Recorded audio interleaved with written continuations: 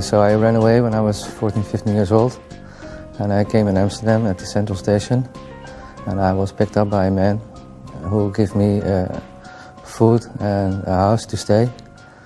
And I went with him because I didn't have another place to go. I was so naive, I believed I could find a job, I could find work, people to help me. They pick up boys who are coming from abroad to the big cities. They pick them up at the stations.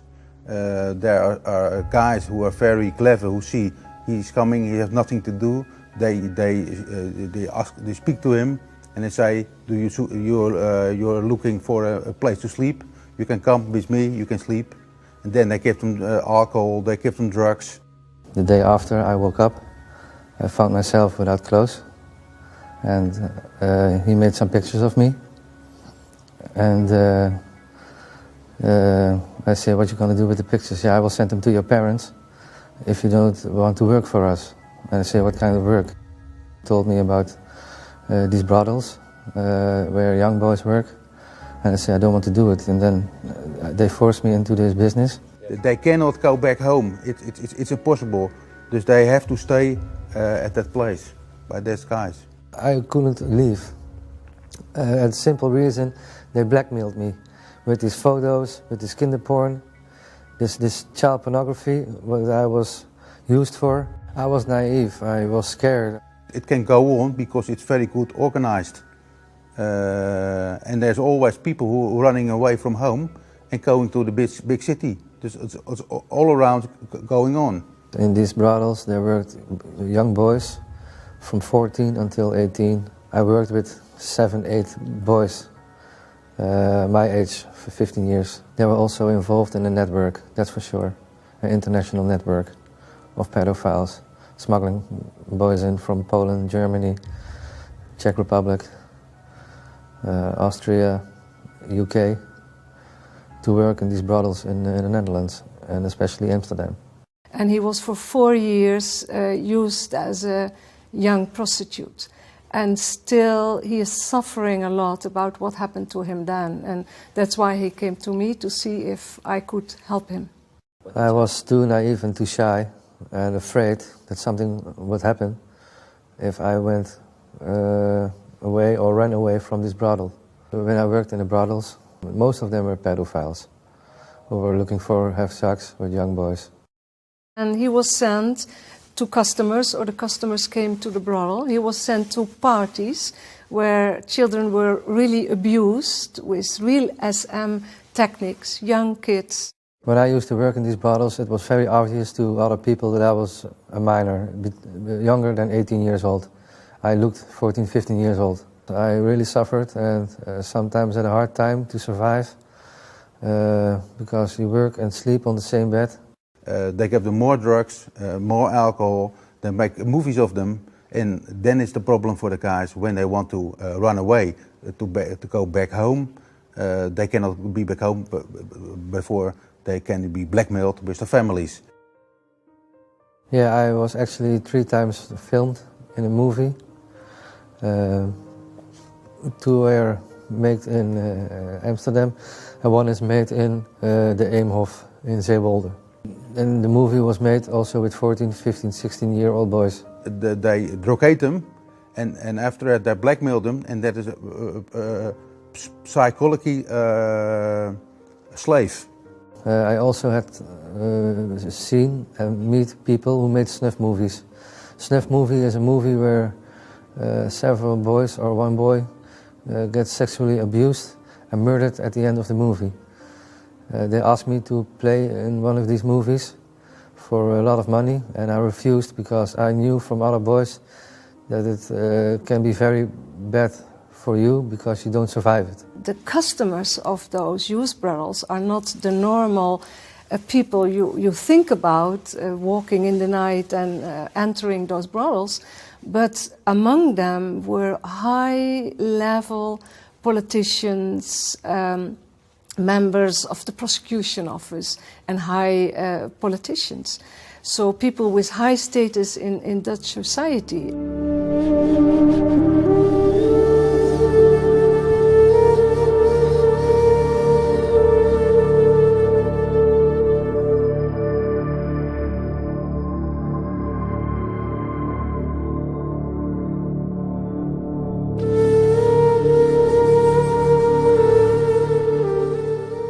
I was in the festival bar working there in my youth when I was 14, 15 years old. And I met people there who are pedophiles. I had contact with Professor van Roon when I was 15 years old. He was a professor at University of Amsterdam, and he was actually the center of this whole Rolodex investigation because he had all the numbers of high-level politicians, lawyers, juridical officials, and so on. And he was actually the go-between, the mediator between the brothel and the high-level customers. When I met Professor van Roon at the festival bar in Amsterdam, and he introduced me to a man who was sitting in a car with a driver. In the car, I also introduced myself. He introduced himself as Joris.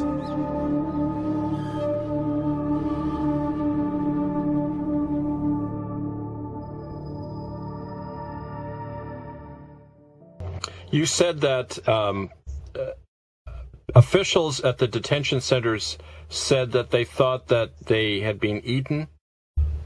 I've asked a journalist about 2005, the year 2005 or 2006. I asked a journalist of the journal De Telegraaf to look it out for me and to publish it in the newspaper, what was happening. The journalist told me that he had controlled my story with all the youth detention centers in the Netherlands and had spoken to people who had indeed given those files to the criminals and thought that the children they put on the train were going to a solicitation conversation and were going to work in the court of Queen Beatrix. And that some of those people of the detention center told the journalist that they thought that Queen Beatrix was eating those children up because they were putting them on the train to Zwolle and they never saw them back or heard anything about them anymore.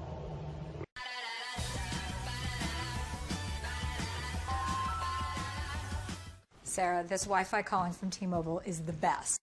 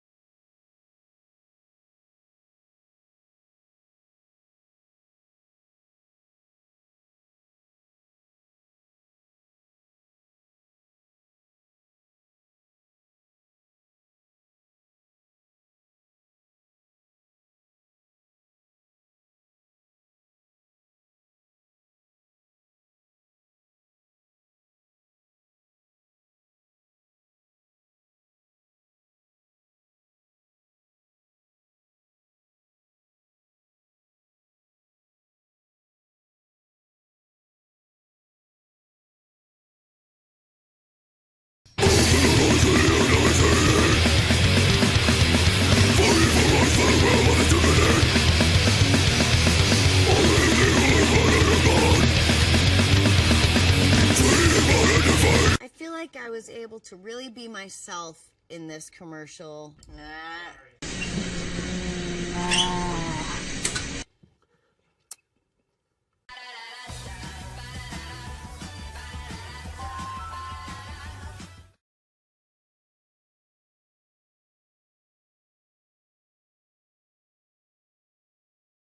Something you grow out of as you grow up.